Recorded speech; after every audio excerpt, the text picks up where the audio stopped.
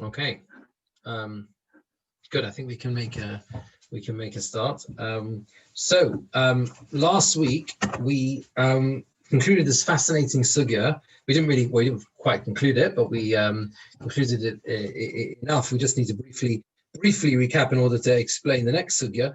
But basically, we talked about the issues involved in knocking down a shul, rebuilding a shul. What are the considerations that are involved? We basically concluded the Gemora. That the issue is particularly we're concerned that maybe you will neglect to rebuild. In other words, if you don't build a new shul before you knock down the old one, you might end up for some reason getting sidetracked. There might be another mitzvah comes along. Pidyon Shvuyim, we discussed the ultimate mitzvah, we said, can even take you away potentially, even if you've got the materials that are ready to use for the shul. We saw the Rambam that even if those the materials are already built, they're there, everything's prepared. If there's a mitzvah Pidyon Shvuyim to redeem captives, then that can take precedence even over that, which is quite a remarkable thing.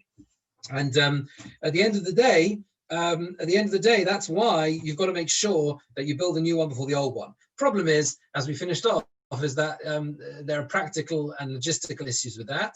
And the Gemara brings in this concept of chozi bo tiyur. If you find there's a problem with it, if there's a fault with it, there's something leaking or something like that, so then it's a different story. In that case, you can knock it down and rebuild it. And the Gemara gave the example of Rav Ashi, who saw something wrong with the Beis HaKnesses in Masa Machasya, and he knocked it down, and he wasn't really knocking down the whole shul. It seems that there was a problem with a leak, and he put his bed inside the shul until it could be rebuilt to make sure they would get on with the job until they would fix the leak. That's basically what transpired there. And we saw very briefly at the end that this idea of chozi bo tiyur, that there's a fault with it, is used very much in halacha, is situations where, for example, you can't, practically speaking, rebuild your new shul until you have knocked down the old one. That's usually what we rely on. This idea of the fact that you see that the Gemara gives an exception when there's no other choice. And effectively, when you have a shul that is too small, it's not going to hold all the people you need to rebuild on the same site, then often that would need to be the case, as long as you'd have to knock it down and to rebuild it, as long as obviously you've got somewhere to daven in the meantime. So the Gemara says, the Gemara now goes into the following question. Gemara says, Abova ben Butter, it's the first wide line on Gimel Amud Beis. Abova ben Butter, heichi asvile eitzel hurdus lemistere lebeis hamikdash. How could Bova ben Butter give advice to Herod to knock down the Beis Hamikdash? So, and the Gemara says, we'll explain what that means in a minute. Rav Chisda said, Lo lister inish bekinishta ad doboni bekinishta achrita. You're not allowed to knock down a shul until you've built another shul in its place. So how can it be that he gave him this advice to rebuild knock down and effectively and rebuild the Beis Hamikdash? We said you can't do that until you've got the other one, the new one is ready to go. I mean, so we need to understand a little bit of history here to understand what's going on. The Gemara will explain exactly the story as we go through this Gemara, which is a fascinating Galata, and it has obviously relevance, as we'll see, to in an indirect way to the events post Chanukah of the Chashmonaim, of the Hasmonean dynasty. That's where really the story concerns itself. But I just think it's worth reflecting for a moment what the Gemara has done here.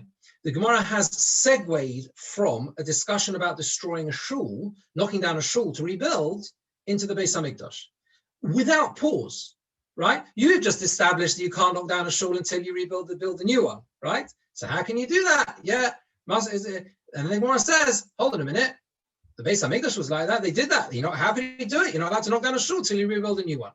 The thing about any Gemara which is Agalata, even though this is really a mix of both halacha and Agalata, is that the key thing is to approach it with a sensitivity to the underlying messages the Gemara is trying to convey. And the opening line of this story is incredibly powerful, right? Because the Gemara has taken it for granted, and therefore it seems wants us to take for granted the comparison between a shul and the Beis Hamikdash, right? because it's proving from the halacha that as it applies to a shul directly into the Beis Hamikdash. It's a remarkable thing. How could it have done that? You can't have done a shul. So you learn from there the power of what a shul is. This idea of Mikdash Ma'at to the Chachomim, to the Tanoim, to the Amoraim, it's seamless. Do you understand what I mean? It's like it's just one and the same. Yeah, of course. Like obviously, whatever applies to a shul is going to apply to Beis Hamikdash and vice versa. Obviously within reason, but it's a very fundamental idea that Gemora is trying to convey under there's this underlying message which seems very clear. So the Gemara is going to explain, in order to understand exactly what's going on here, we need to understand a tiny little bit of history, exactly what we're talking about here. You see, what the Hashmonaim, the Hasmonean dynasty, obviously we're familiar with in terms of from Hanukkah and everything else. But really, that's only the very beginning of the story. We know that what happened. Just a very brief history lesson. Forgive me, but it's worthwhile in terms of understanding. As I said, what follows. The Hasmonean dynasty are coming to the picture. Obviously, in the Hanukkah story, known as the Maccabean Revolt, which is about the year 170 BCE. We have the crisis effectively is brought to a head through the decrees of Antiochus, we're familiar with, or anything else, and basically the Jews revolt. The Maccabean Revolt succeed in defeating the Greeks, approximately between 168 and 164 BCE. They restore Yerushalayim. They managed to defeat miraculously they were really the Seleucids, which were one of the three kingdoms that inherited the empire of Alexander the Great. But what's important to understand is that their hold on power is limited and it's gradual. Okay, it's gradual expansion. So what that means effectively is that one of the key successors of Matisyahu, one of his sons, was called Shimon, right? And he is the one who really gains a full independence in the sense that they don't have to pay taxes anymore. He's able to expel the ancient Greek troops. It takes time, and that's between the years 143 to 141. But just to give you a sense of what's going on, and as I say, you'll see in a minute why it's important. I don't know if you can see this on the screen. You probably can't, but I think there's a bit. It's interesting with the background. It has a bit of it. What I'm showing you here is a map of the land of Israel, and on this side where the black is, okay, this one, yeah. So that black area, which is basically what we call Judea, yeah, is the only area that the Maccabeans that is under Maccabean control at that time, right? So there's a very small part of the land of Israel, and it takes a long time for them to establish themselves. And it's no secret that there are lots and lots of complications in the whole dynasty and the whole story afterwards. Eventually, they managed to expand. So one of the first things that Shimon Matisyahu does is he basically annexes what's modern day Jaffa, and that gives him the ceiling, which is incredibly important. The Hasmonean kingdom expands. Eventually, he's succeeded by his son Yochanan, or as he was known actually known as Yochanan Hyrcanus. Hyrcanus had both a Jewish and a Greek name, which is very common from then onwards, because at the end of the day, the Jews wanted to show that they were central players. The leaders wanted to show they were also central players on the world stage as well. It's a very complicated story. Anyway, it carries on.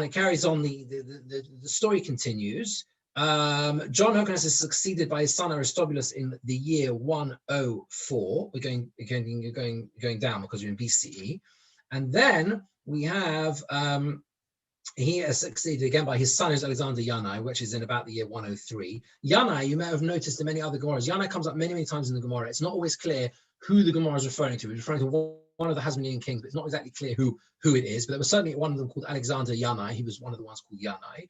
And he manages to conquer further along the coast or whatever. But but he dies, and then for the first time there is no son. Now he is therefore succeeded. He dies in the year 76, and he is succeeded by his wife, because there's no son. His wife was someone called, in Greek was called Alexandra Salome, and in Hebrew she was known as Shlomtzion. Anyone heard of Shlomtzion Hamalka? Yet street in Yerushalayim, Shlomtzion Hamalka, right? So that's where it comes from. Queen Shlomtzion, that's who she was. She had a very peaceful reign. She died in the year 67. She's succeeded by her son, who was already Kohen Gadol. And then you get into the problems of how could they be both kings and Kohen Gadolim and high priest. This is a known issue, a known dilemma with the whole issue around surrounding the Chashmonaim. Not something we have time to go into now. There is a challenge to the throne by his younger brother, who's called Aristobulus, and there's a civil war in parts, backwards and forwards. And whilst this all is going on, what you have the rise of the Roman Empire. In the year 66, Pompey gains command of several Roman legions, and he goes out to conquer the East. He conquers the pirates in the Mediterranean. He defeats various other people. And in the year 65, he defeats what's left, the remnant of the Seleucid Empire. So that's basically Rome beginning to take key control. In the year 63, he enters Yerushalayim, and that basically what happens is the whole of, as it was known as Yehuda becomes a client kingdom of the Roman Empire. The Hyrcanus, who was the king at the time, he becomes basically completely subservient to the Romans, right? In theory, it's mutual, but in practice, of course, it's one-sided because the Romans are much, much, much more powerful. Hyrcanus, around the year, around the year 40, just before, he falls out of favor with the Romans. He actually has his ears cut off, if anyone wants the gory details.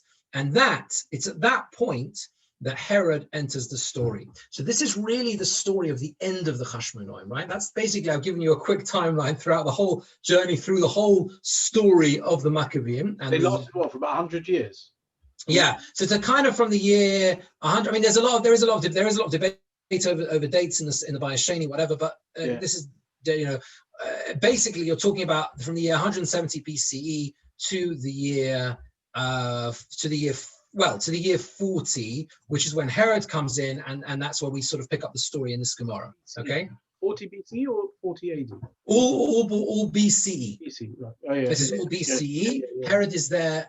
Herod is there right at the end in those last 40 years. We know that the Churban Habayis obviously is about the year 66 to between 70 CE. So you see, right? Yeah. That's about, so we're kind of around not very good at maths, like 100 to 110, 120 years before the Churban, right? That's when Herod is in play. Okay. Herod is massively important for the whole story of Jewish history. To understand, you have to understand Herod, you have to understand who he was and what he was. Herod is a man who basically starts off as an Idumean general. He's a son of a man called Antipater, who was a general in the service of Hyrcanus. And he was involved, I think he or maybe his father was a general of the Galilee. And the most important thing you need to understand about Herod, as we'll see from this whole sugya, is he's a very, very shrewd manipulator. It's a very turbulent time in the whole story in terms of the relationship with Rome.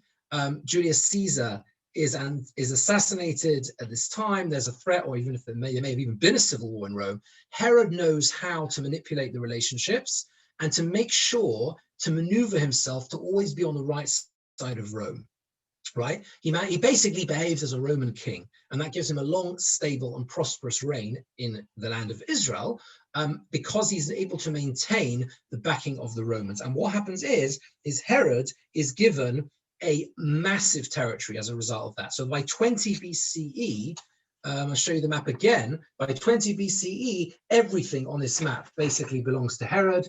I think everything on this map. And on this map, you see, oh, you can't really see it anyway. It's not very good. Whatever. It's basically a lot of land on that one. A lot of land going even across the borders of what we consider to be, the borders of Israel today. That is what Herod manages to achieve.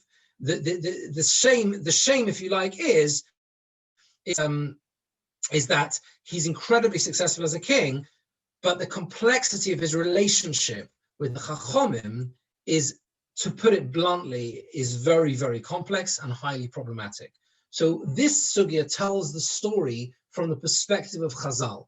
Okay, it picks out the key points about the relation, some of the key elements of their relationship with Herod. There are other things, I think there are other Gemoras about Herod, but this is one of the key Gemoras about who he was. Just another point to mention is that on the economic front, Herod is massively wealthy. He spends it, it's very good for the economy. He builds Caesarea, the city of Caesarea, that's all Herod. He also built a small harbor called Stratos Tower, which is further up north and on the coast. He builds, we know he builds Masada as well.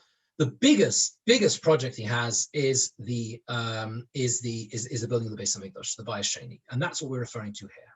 And this is unparalleled. It's from even from a purely historical perspective. It's important to understand that everything about the rebuilding of the Beis Hamikdash, the Bayis Sheni that Herod builds, it's basically unparalleled in the ancient world. You know, we've all done the Western Wall tunnel tours and that sort of stuff where they show these massive stones.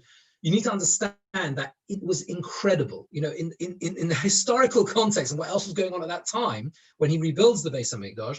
It is absolutely incredible what he manages to achieve, right? But how he gets there is very, very murky, as we'll see.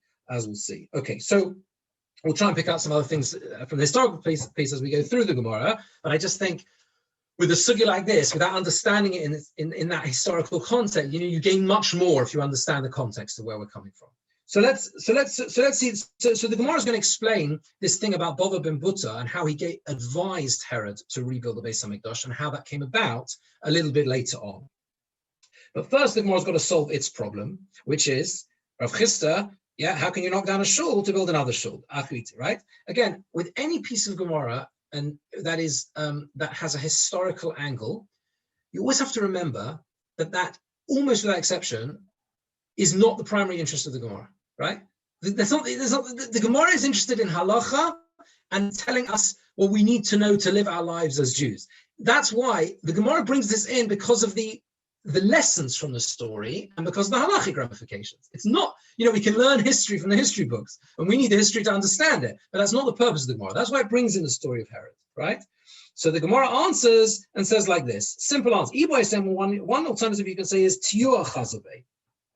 He saw a crack. He saw something wrong with it, as we saw before, presumably more than a crack. He saw that the building that the Chashmonaim had built, had rededicated, they didn't rebuild it, they rededicated it, had structural problems, and that gave him the ability to effectively knock it down and start again. The way the second Beis Hamikdash works, and again, we think of this always as if it's just happens on one occasion, but of course it doesn't. The second Beis Hamikdash is built for the first time by when the Jews return from Golus Bovel, from the Babylonian exile. They give permission to rebuild the Beis Hamikdash by Koresh and whatever, and they're allowed to rebuild it, and that's what they do. They rebuild the Beis Hamikdash. Come the story of Hanukkah, it's rededicated by the Chashmonaim, and we know that there's a Gemara elsewhere. It slips my mind where it is, where it talks about the menorah. Anyone remember what that is? I can't remember what that is. There's a menorah. They had a menorah. I can't remember where it is. I think it's in. Anyway, they had a menorah that was made of iron. I think before they managed to get hold and rebuild, and they could afford to redo the golden menorah. They actually had one, I think, made of iron or something like Barza, right? So that was the Chashmonaim. By the time he got to Herod, he saw that structurally it was unsound, so he had to knock it down and restart it. It wasn't a case, I think, of him simply doing it here and there. Herod literally leveled the mountain. You know, you've all heard that when you've been to Yerushalayim, you know, they explain it to you, right? He flattened the whole of the Har Moriah, right, in order to rebuild. It was much, much bigger. Everything about Herod's design was colossal. What happened to the original, and whether there were any elements of the original Bayis Sheni there, I'm not sure. He may have incorporated some elements. Did he completely redo, for example, the Kodesh HaKadoshim? I don't know. But certainly it was a massive building works that he undertook here. So that's the Gemara's first solution. He saw there were problems in the building that enabled him to do it. Alternative, anything that's ordered by the king is different.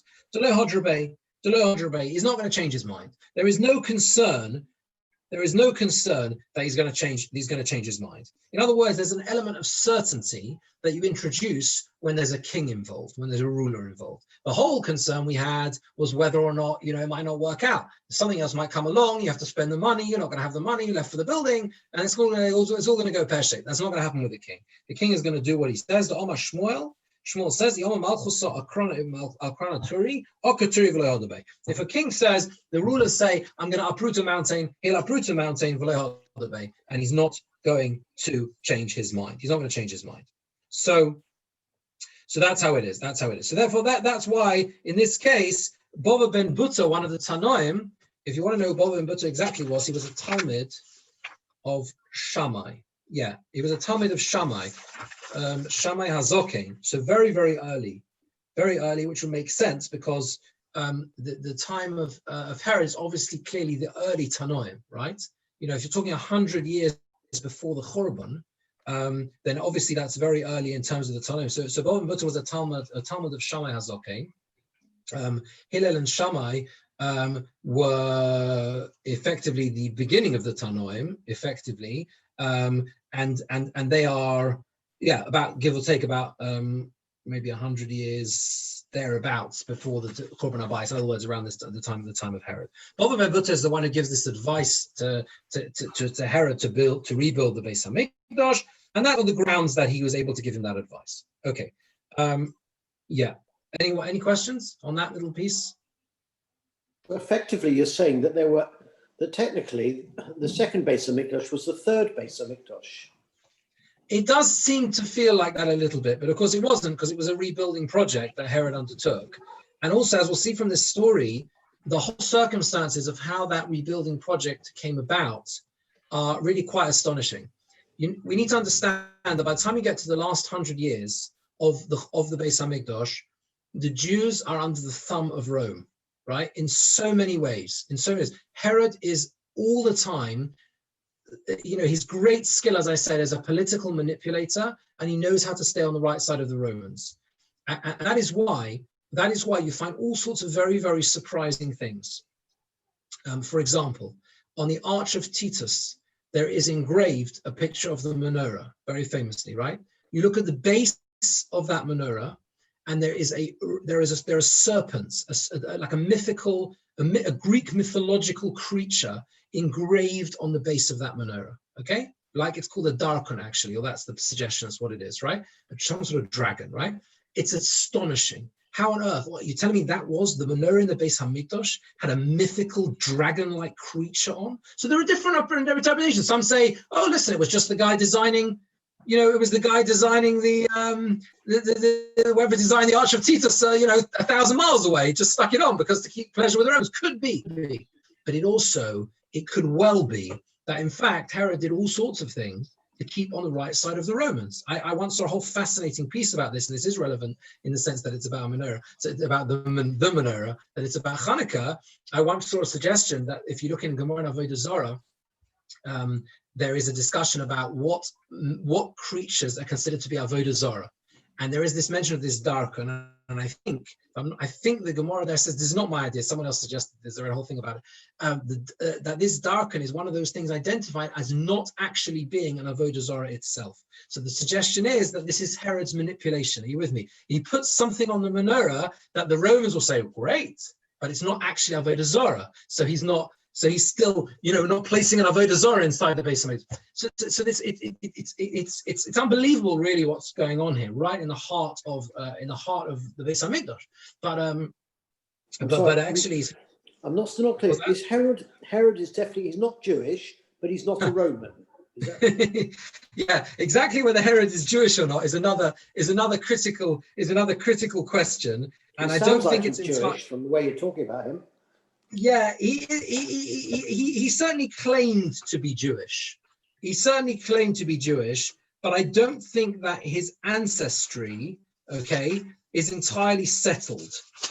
It's entirely settled which side of his family, he was Jewish on, and that sort of thing. I mean, the main source we have really historically is actually one that Rashi here refers to, If you look at the very last Rashi on the page, on the Omud, you'll see Rashi says, Hechi asfe eitzel hordus. How can you give advice to hordus? As we're going to describe now, we're going to tell the story now. Uksuvahi b'Yosifan ben Gurion.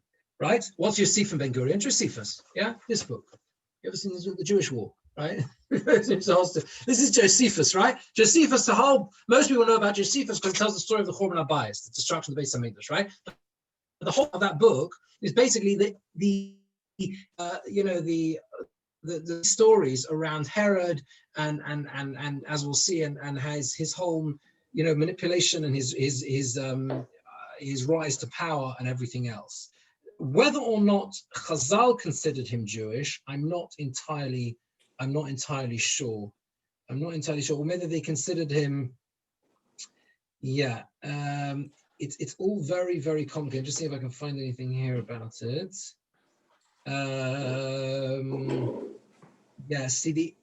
That's right. So they say they just looking at here online. They say that his father was an Edomite, and he was from Edom, whose ancestors are converted to Judaism, and Herod certainly was raised as a Jew.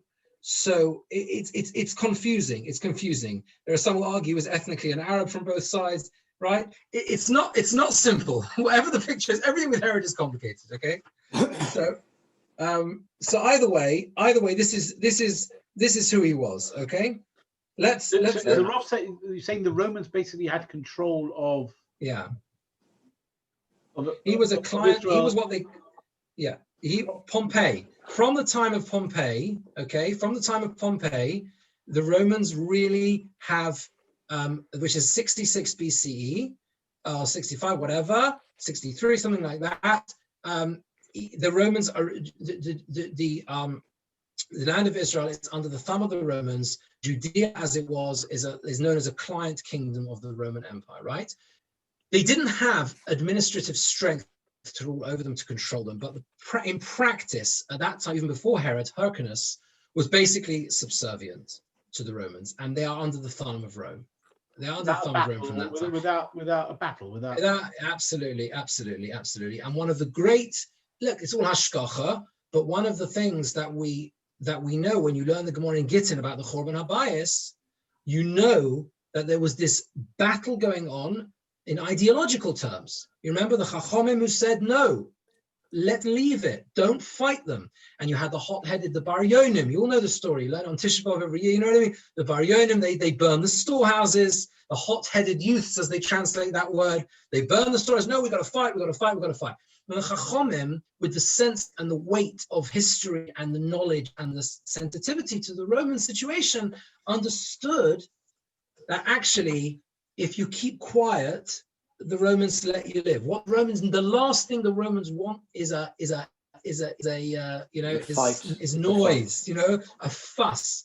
As long as you keep quiet, it goes even further than this. I don't want to stray too far into this because this isn't like we'll get into a massive history lesson. But basically, there are strong grounds to suggest that one of the main reasons that the founder of Christianity ends up being executed, is because it was Pesach time, okay?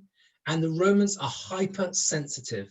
There are massive crowds, Ole Regel, because by the way, Aliyah Ole Regel took off massively under Herod. By the time he gets to the end of the Bayis Sheni, of course we were Ole Regel beforehand, but when he gets to the end of the Bayis Sheni, it becomes massive numbers, right? Like crazy numbers. We're going to see the Gemara in Daf Yomi. We're going to see the Gemara soon in I think it's in the first paragraph of Psachim, where they describe the numbers and the sheer numbers. Oh, no, actually, no, it's later on with the Korban Pesach. Later on, and it talks about the numbers of people who are coming to be marked of the Korban Pesach. So the Romans are hypersensitive, and any guy gets up and starts prophesying and preaching about the end of days, they're not taking chances. Just off with his head. So there is there are actually sort of a whole historical suggestion that actually the whole thing happened because the Romans said, we don't want a guy, saying he's the Messiah, you with me, right, in the streets of Jerusalem when the public are going to just rebel and revolt and you understand, right? I'm simplifying a little bit, but I hope you get. I think it was the same with Nebuchadnezzar as well. That Although when he conquered Right. Jehoiakim, Yeah. as long as Jehoiakim ruled over Israel, as long as he kept his nose clean, left him alone. It was only when he rebelled.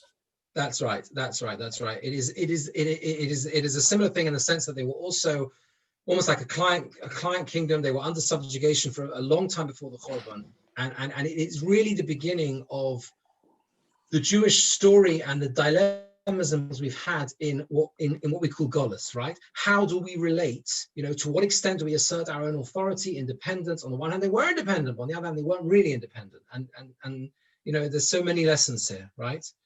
And dilemmas. Okay, so anyway, this is the so Rashi tells you the story itself is told in Josephus. We'll see whether the Gemara takes it. Says the Gemara, Hurdas Avdo the Beis Chashmonoi Havo. The Gemara identifies him simply as a servant of the Beis Chashmonoi. That's who he was. That's where he came from. He is a servant of those last towards the end of the Hasmonean dynasty. And what happens is as follows: Nosan Einov ba'osa tinokis. He cast his eye on a certain young lady who was a member of the Hasmonean royal family. Now, the identity of this individual is not named by the Gemara, but I think has been identified, and certainly that's who Josephus identifies him as. And as we say, we are on strong grounds to refer to Josephus here because Rashi tells us to, right? And that there's a whole chapter in Josephus which is about a lady called Mariam, and Mariam was one of the last kings of queens, or not queens, she was she was one of the descendants of that dynasty. Anyway, so Herod quite fancies her in marriage, and what he does is Yom Echad was one day. Happened on a certain day. Shomi lebaskola, da Omar. That's how the Bach changes the girsa here. He heard a voice coming out, a heavenly voice, a baskol coming out and saying, the Omar, which said, Kol avdu demorid hashta. Any servant who rebels now, matzlach, will be successful. Okay, so he realized this is his opportunity to seize power. Interesting what the Gemara is doing here. It almost like saying that we know, bringing home to us the opportunistic nature of whatever it is. He sees there is a opportunity to seize power, and he takes it. Kom katlinu lekulu marvose. He ran up and he killed all of his masters, basically the whole remnant of the Hasmonean dynasty. And he left over that young lady. That's who he left over, and what happened was Kichaza, when she saw when this young lady saw the Kaboil Minsabel that he wanted to marry her, Sliko Le'igra, she went up on the roof, a roof of Ramas Kola, and she raised her voice. Omar, she said, Kol man da Osiva Omar. Anyone who comes along and says, anyone who comes along and says, I am from the Beis Chashmonoi, I am from the dynasty of the Hasmoneans, Avdohu. He is a servant. Because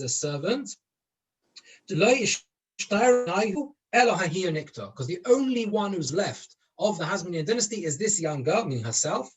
And this girl is now falling from the roof to the ground. So she committed suicide. She got up on the roof, she threw herself off, and she committed suicide. And as she was about to jump off, she announced so that everyone would hear, anyone else who comes along and says they're part of the royal family, part of the Chashmonoim, the Hasmonean dynasty, is lying. They're finished, because I'm the last one, and that's the end of me. That's what she said. So, I mean, apart from anything else, you see the incredibly tragic end to that family, to the story. I mean, this is the end of the Hasmoneans. This is the end of the Chashmonoim, who, of course, is so essential to Hanukkah, but they had it's a very, very sad end to the story. Yeah, okay. What happens after this is a little bit mysterious in terms of Herod's behavior. Tomno Sheva Shonin B'Duvsha. He stored her in 7 years in honey. Ikadomi Bo'aleha. Some say he had relationships with her. There's a word for it. I think it's called necrophilia. Nothing quite more abominable. Although, interesting enough, the Maharal in his Maharal is Chidushei Agodos says that when it says Bo'aleha, it doesn't literally mean Bo'aleha. It doesn't mean that. It simply means that it means they had a desire for her in some bizarre and pathetic way. Anyway, some say that he did not have a relationship with her. Those who said he did, why did he put her in honey to salvage his yitzhara, his desires? Those who said he did not have a relationship with her, why did he hide her in honey? So the people should say Bas Melech Nosef, that he married the daughter of a king. So basically, this is a claim to power. This is a claim to power. And the way Josephus tells the story, which is I think slightly differently, but you see the essence of the Gemara in the story as told by Josephus. Is everyone familiar with who Josephus was? I mean, that's a whole long story in itself. Basically, right? You know, he's definitely a Jew. Josephus is definitely a Jew, and he basically joins the Roman. He changes sides, and there's a whole. He tells the story himself in the book as to why he does that. But he becomes the main witness of the Churban Habayis, of the destruction of Beis Hamikdash, because once he goes back to Rome with the Romans, he's able to write down the story and tell the story. There's a debate as to whether you can completely rely on what he says. He's not like a completely independent witness, but he's the closest we have to a contemporary account. He was there and he saw the destruction of the Beis Hamikdash and recorded it all, right? And he was definitely Jewish. And he tries to justify his changing of sides, or at least being forced to be, as he tells it, on the side of the Romans. Anyway, the way he says the story in here is, so he says, there are lots of things Herod does in order to try and claim the throne, and you see that, right? He divorced his wife. He's divorced his wife, who, interesting enough, he calls a native of Jerusalem called Doris. I didn't know Doris was an ancient Greek or ancient. Anyway, that's what he said. And wedded Mariam, the daughter of Aristobulus' son Alexander. Okay, he says she was the cause of the divisions in his house, which began early and grew worse after his return from Rome. So he banished from the city his son from his first marriage. Okay. And because he wanted to put to prominence his new wife, who was of royal blood. He executes his wife's grandfather Hyrcanus, and effectively Herod goes to all these things in order to claim the throne. One thing Herod describes is this blind rage, and also he describes like this. Driven mad by uncontrollable jealousy, he ordered the instant execution of them both. So Josephus doesn't refer to the story of her committing suicide. But rage quickly gave way to remorse, and an anger died down, love was rekindled. So hot was the flame of his desire that he could not believe her dead, but in his sickness of mind talked to her as if still alive, until time revealed him the terrible truth and filled his heart with grief as passionate as his love had been while she lived. So that's basically an account by Josephus of what the Gemora is describing here in terms of preserving her body. It's disgusting, but at the end of the day, you're talking about someone who we seem to be describing almost as a megalomaniac, right, in his approach and in his lust for power. And there's no question he didn't actually marry her, because it's the Gemora says he wanted to marry her. Yeah. Does Josephus saying that he actually did marry her, but then she killed herself? Yeah, exactly. Yeah, and if you try and trace the discrepancy between the account as Josephus has it and as the Gemara has it, you'll run into lots and lots of problems. As I said before, the Gemara's primary purpose here is not in describing the details of the account to us, right? So there are meaning the specific details and the way that's not really the main function of the Gemara. The way the Gemara describes it is that he wanted to marry her. Maybe he even did marry her. The Gemara doesn't say that he didn't marry her. It just simply says that he maybe had already married her, right? It just says Nosan Einov Tinokas. He got up and killed all his all the owners, all his masters. He left her over, and then she killed herself. The Gemara doesn't really bring into the picture when or if he actually married her, right? It's not the Gemara's main concern, right? Exactly what transpired in all his machinations with the family, yeah, right? The Gemara is trying to convey messages to us, apart from anything else, about power and what it can lead to. in the wrong way. Certainly this part of the Gemara, I would say. Is that okay? Any other questions on that? Yeah. Okay. So again, it's not like I'm answering your question, Jeremy. I'm just trying to provide a perspective on learning Agadah. You can't learn it as a history book. Does that make sense? It's more trying to tell us messages here. It's not that, of course, it's a historical account. Absolutely, it's an historical account. It's recorded elsewhere as well. But it's why we have to know why the Gemara is telling us this. Okay. Now, the Gemara says, right. Oma man dorish. So he said like this: Man dorish mekarav achecha tosim alecha melech. So he says, who is the one who says that from amongst you have to appoint for yourselves a king? Herod has a problem, right? His problem is, and he's plagued by this effectively his whole life, is the fact that he isn't really of royal blood. He's not even clear he's of Jewish blood. He's probably possibly from Edom. He's not. It's all very murky. So he wants to know. The Gemara takes on that he's considered to be an Eved, a servant. So he says, who is the one, who darshan, who expounded this posuk that you're only allowed to appoint someone from amongst your brethren as a king? Rabbanon. Now you're going to ask me, what do you mean? It's not the Rabbanon. It's not the Rabbanon. It's a posuk, right? It's got to be from someone who's mekarav achicha. So why is it the Rabbanon? What does he mean? It's the Rabbanon who are the ones who established this. If I think it's the Maharsha who says that basically what he's pointing out here is that I mean, actually, I think it's not.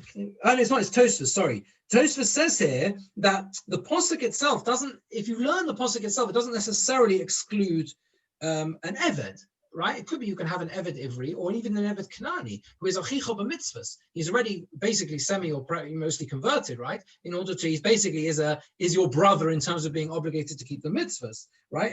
Only exclude eved kerovim, a non-Jew, but the Rabbanon explain the posuk to mean mimuvcha sheba achecha, that it has to be properly, fully fledged, fully qualified Jew in the sense that it excludes an eved, a servant. Yeah. By the way, on the point of marrying this young girl, the Maharsha does talk about this as well, and he says that the reason why he wanted to marry her, why he did marry her, is because he was a servant and he hadn't been freed, and therefore, by marrying her, okay, by definition, if he hadn't been freed as an Eved, he would have been the servant of this last remaining surviving member of the family. If he marries her, he would automatically become free. There's a Gemora in Gittin, in Parak HaShileach, which talks about how by potentially a master marrying his shifcha, it can work the other way as well. So it was a way, he felt it was almost a pathway to his freedom. Either way, she's now dead, and his problem is that he says, what am I going to do? It's the Rabbanon who said that you have to be that an Eved cannot serve as a king. I want to be king. What can I do? So he got up, Kotlinu lekulu Rabbanon. He killed all of the rabbis, killed all of the Rabbanon, right? Now, Tosfos has an immediate problem with this because there were others we know who survived, right? That we know there were other Rabbanon who survived. They didn't kill everyone. Tosfos says it doesn't literally mean all of them. When Hillel came from Bovel and Bnei Basra, they were the Nesiim at that time, and Hillel was around the same time. Okay, in fact, Tosfos actually gives us the time frame. Herod, as he says, is 103 years before the Churban. Hillel was about 100 years, but it was about the same time. Hillel was not killed by Herod, so it wasn't everyone, but he seems to have killed an awful lot of the Chachomim. Shovki lebova ben Buta. He left over Bov ben Buta, as we said, was a Talmud of Shammai. Why did he let him survive? Because he needed someone to get advice from. He wasn't stupid. Herod said, very shrewd manipulator. He knew that he needed someone who he could ask advice from, and he left Bova ben Buta to ask advice from. But Ahadale Klilo Daili, top of the next Amud, he surrounded his head with a crown of thorns. In order to, and what did they do? Nakrinu, or it's some sort of creature with sharp thorns. They say it's possibly the skin of a hedgehog or something like that, right? Nakrinu le'ene. They poked out his eyes. Yom Echad, one day, also he came along. The Yosef Kameh, and he sat in front of him. Omri said, he said, look at me, look at this. He's recognizing that he says, I'm such a bad person. Look what I've done, right? Whether that's genuine that's genuine regret or not is a different question, and whether he's trying to suss out, it would seem he's trying to suss out whether or not Bava ben Buta is going to fall for it and actually agree, and then maybe he sort of kill him as well. Who knows, right? But either way, we'll see how the Gemora takes this. But that's what he says. Look what a bad thing I've done. Amalei said, Ma'avidle. He said to him, Amalei Ma'avidle, what should I do? What should I do to him? What should I do for him? Sorry, my mistake. He was pretending, of course. He couldn't see. That's it. He was pretending. He said he was telling the story without revealing who he was. Bava ben Buta couldn't see because he had this thing coming in his eye. Maybe he poked his eyes out, I don't know. And he was pretending to be someone else. And he told the story of this Eved, imagining it was someone else telling the story of what Herod had done. And he said to him, what should we do with him? Right? He wants to see Bava ben Buta's response. Amalei said to him, my Avidle. What should I do to him? Amalei said to him, so Herod, who's pretending not to be Herod, says back to him, Nal tiyemar, you should curse him. Amalei, Bava says, Kasiv, there's a pasuk in Koheles which says, Gamba madoacha. Gamba madoacha, even in your, I think in your private chambers, I think that's probably what it means. Mado, it means knowledge, yeah. So, he says like this, he says, Gamba madoacha, melech al tekalel. You never curse a king. You never curse a king, even in very, very places where you think no one's going to listen, no one's going to hear you. That's never something you should. That's never something you should do, because someone can always hear. Amalei said to him, "I love Melechu." He said to him, this person's not a king. So what? There's no problem with cursing a king. He's not a king.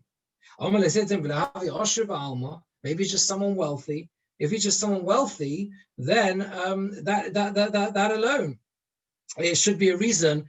It should be a reason not to curse him. Because the Apostle carries on and says, "In your inner chambers of where you sleep, do not curse someone who is wealthy." In other words, he says, "You're not going to catch me out. You're not going to catch me out because if I do this." Then I know that I'm going to get into. I know that it's going to come back to bite me. It's going to come back to haunt me. This is not something I want to get myself into. So I just want to check up this pasuk a second. Just give me 1 second. Because it's very good. Yeah. Okay, I'll come up in a minute. But then he's. Here, actually, I've got it in a second. Got it now. What's it? Important. Madoacha means you're intimates, even those who are close to you. Never speak badly about a king. It's not worth it. Then he says to him, so neither king or if he's wealthy, either king or below. He said maybe he should only be. He says even if he's just a prince. The Apostle says sorry, don't curse a prince amongst your people. So in other words, even if you're going to say he's not wealthy, whatever, he's not. Yeah, the fact is he's an important person. I'm not going to be drawn into cursing him. That only applies if he acts like the way of your people. That's how we understand it. Nosi ba'amcha has to be amongst your people.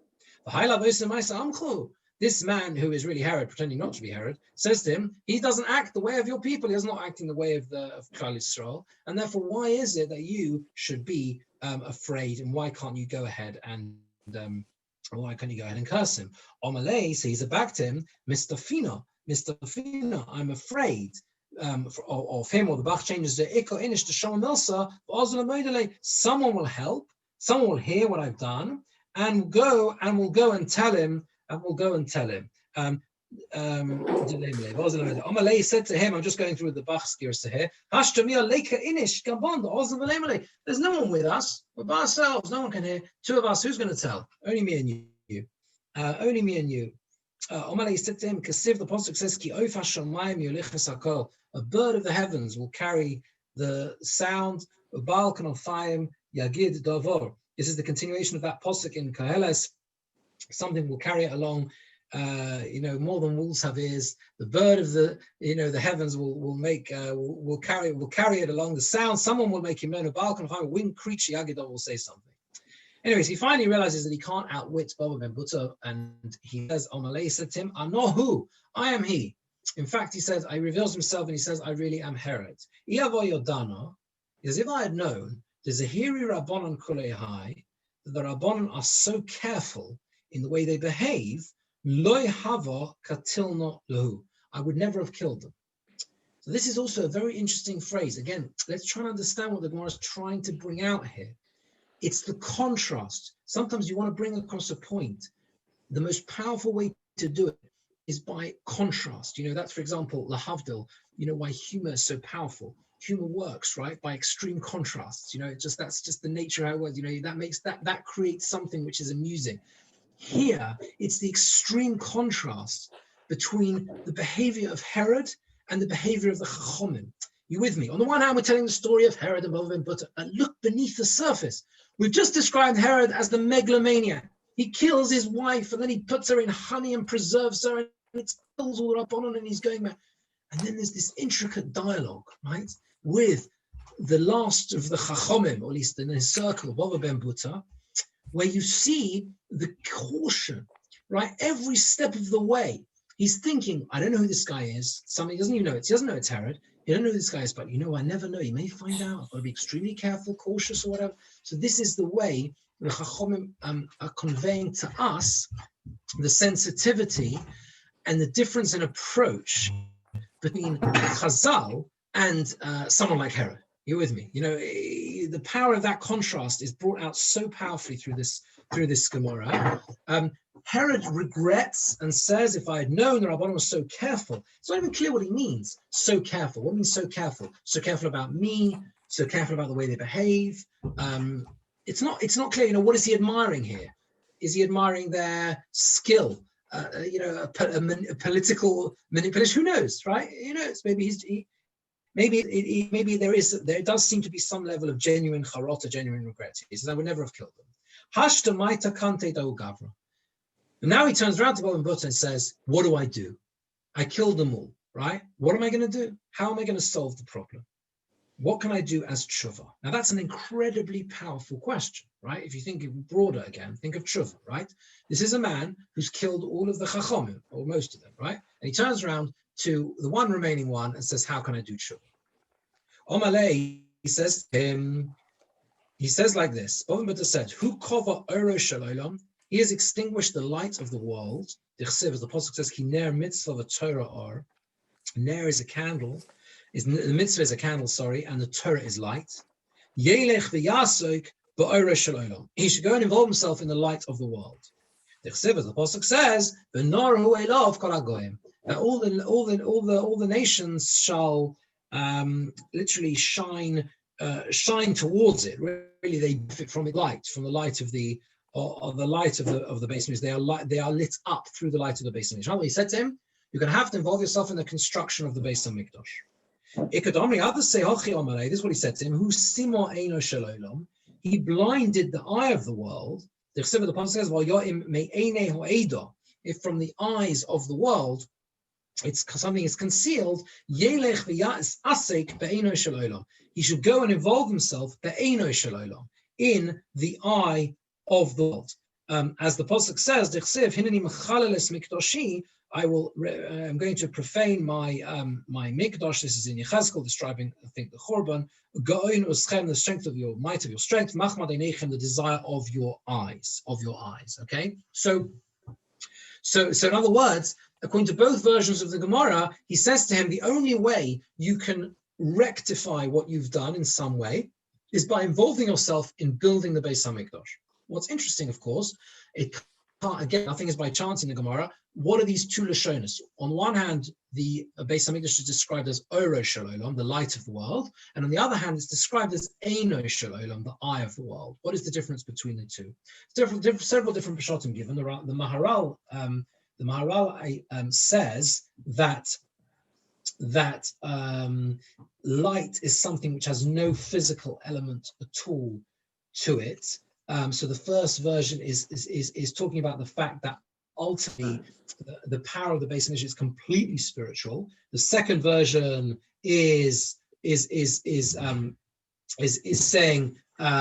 talking about how the Beis Hamikdash itself, the physical the physical structure. In other words, the first version about the kedusha of the Beis Hamikdash, which is like fire. It's completely spiritual. The second version, which talks about the eye, is talking about the physical structure of the Beis Hamikdash, which has some physical element to it, just like the eye. The eye, if you like, sees light, but it has some physical structure to it. The Maharsha says something else here. He says that the difference is one is referring to the to the light of the Beis Hamikdash in the sense that it is. Let me just see what he says. He says, I think he says that one is referring to the Beis Hamikdash. One is, the Talmidei Chachomim are the eyes, right? So in other words, the first one is referring to the light, which is the or is the Beis Hamikdash itself, which makes sense because it says V'norei Elov Kol HaGoyim, whereas the eyes are the Talmidei Chachomim themselves, right? So that you blinded the eye of the world is the eyes of the sages, what we call in the famous phrase Einei Ha'eda, right? The eyes of the kehillah. That's where it comes from. Einei Ha'eda. They are the eyes of the kehillah. I did see one other very, very beautiful idea on these two pshatim, which is worthwhile just sharing with you briefly. And that is, that's right. The Rabbeinu Bachai says that when people came to the Beis Hamikdash, they felt the light.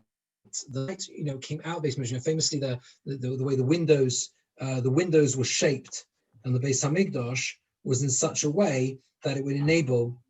They were wider on the outside than on the inside, right? Because the whole point was the windows let the light out into the rest of the world. That was what the Beis Hamikdash functioned as. That was the light from the Beis Hamikdash. Now, the eye, okay, the eye is the part of the body that is able to receive light, the part of the body that can perceive light and then transmit it. So it's almost like the two match each other. The eye of the world is the way the Beis Hamikdash receives the light, and the light of the world is the way it produces that light outwards to others. And the reason why I thought this was nice, this particular pshat was nice to mention, is Rabbi Yitzchok Hutner says that is why the first Mishnah in Psachim, today's daf, right? It begins the word or, and the whole first sugya in Psachim details the fact that what is the significance of that word or, light, right? When the conclusion of the Gemora means the night of the 14th, but why does it use or? One says because it's a nicer way of speaking. But the idea is, why is that more refined to say the word light rather than night?